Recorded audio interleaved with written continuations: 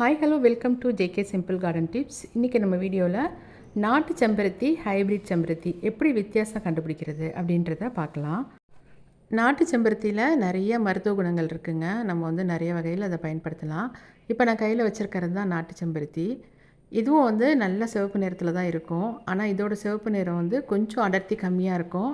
ஹைப்ரிட்டில் ரொம்ப ஜாஸ்தியாக இருக்கும். இப்போ பாருங்கள், நான் வச்சுருக்கிறதுல காம்பு பகுதி மெலிசாக நீட்டமாக இருக்குது பாருங்கள்.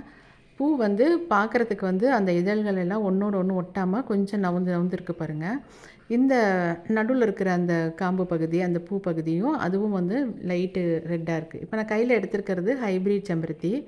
இதோட காம்பை பாருங்கள், நல்ல தடிமனாக இருக்குது. நம்ம ஏற்கனவே பார்த்ததை விட இது நல்ல தடியாக இருக்குது. இப்போ பாருங்கள், ரெண்டும் ஒன்றா வச்சு காட்டுறேன். இதோட காம்பு பகுதி எப்படி இருக்குது, இது எப்படி இருக்குது பாருங்கள். இது ஒரு அடையாளங்க. இதை வச்சு நம்ம கண்டுபிடிக்கலாம்.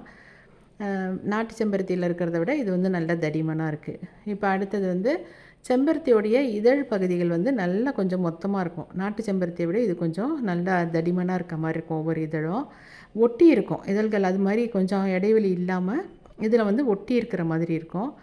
அப்புறம் நல்ல அடர்த்தியான நிறமாக இருக்குங்க, பார்க்கும்போதே தெரியும். இப்போ அந்த நடுவில் இருக்கிற அந்த பூ பகுதி இருக்குது பார்த்திங்களா, அதுக்கு அல்லிவட்டம்னு சொல்லுவாங்க. அதுக்கு நிறைய பேர் சொல்லுவாங்க.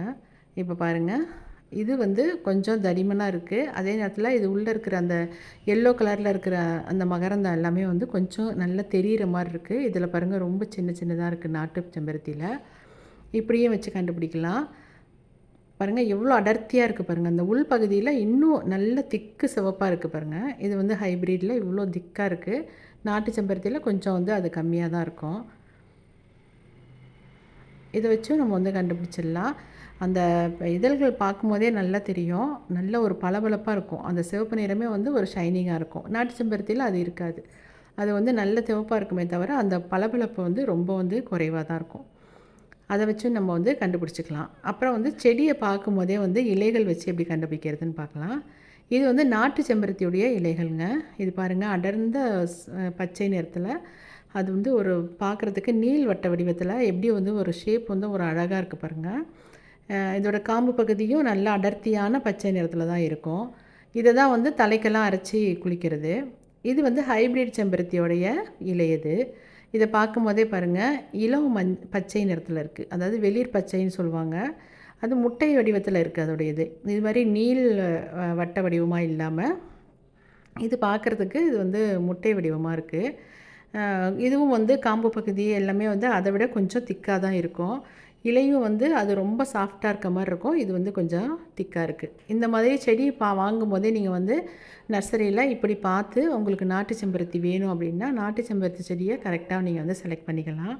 அடுக்கு செம்பருத்தி பூவை கண்டுபிடிக்கிறது ரொம்ப சுலபங்க. ஏன்னா அது அடுக்கடுக்காக நல்லா கொத்தாக இருக்கும் அந்த பூவு.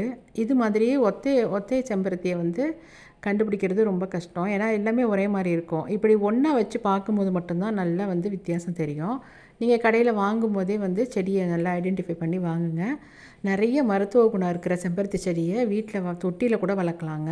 நாட்டு செம்பருத்தி அப்படின்னு நினச்சிட்டு ஹைப்ரிட் செடியை வாங்கி வளர்த்து அதில் நம்ம மருத்துவத்துக்கு நம்ம பயன்படுத்தும் போது அதில் அந்த மருத்துவ குணங்கள் ரொம்ப குறைவாக தான் இருக்கும்.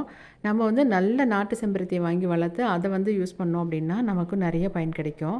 ஹைப்ரிட் செம்பருத்தி அந்த பூக்களும் அந்த செடியுமே ரொம்ப நல்லா அழகாக தாங்க இருக்கும். அதை நம்ம சாதாரணமாக பூஜைக்கு பயன்படுத்துறதுக்கோ இல்லை நம்ம அழகுக்காகவோ வளர்க்கலாம். அந்த செடியை வளர்க்குறது ஒன்றும் தப்பு கிடையாது. இந்த மாதிரி மருத்துவ குணங்களுக்கு பயன்படுத்துறதுக்கு மட்டும் நாட்டு செம்பருத்தியை பயன்படுத்துறது நல்லது.